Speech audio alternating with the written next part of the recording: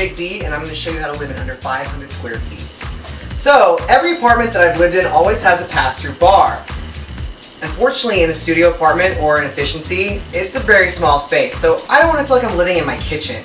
So instead of putting bar stools here and using this as a pass-through bar, I'm going to use it as an entertainment center, so it also gives me more floor space and utilizes the bar as its entertainment center. So here I've gone to IKEA and I bought this wall that's actually meant to be a part of an entertainment center itself, but I've left the base off and I've only taken the wall piece and put it on top of the countertop. So now I've also put colored lights inside the glass and built it myself to custom.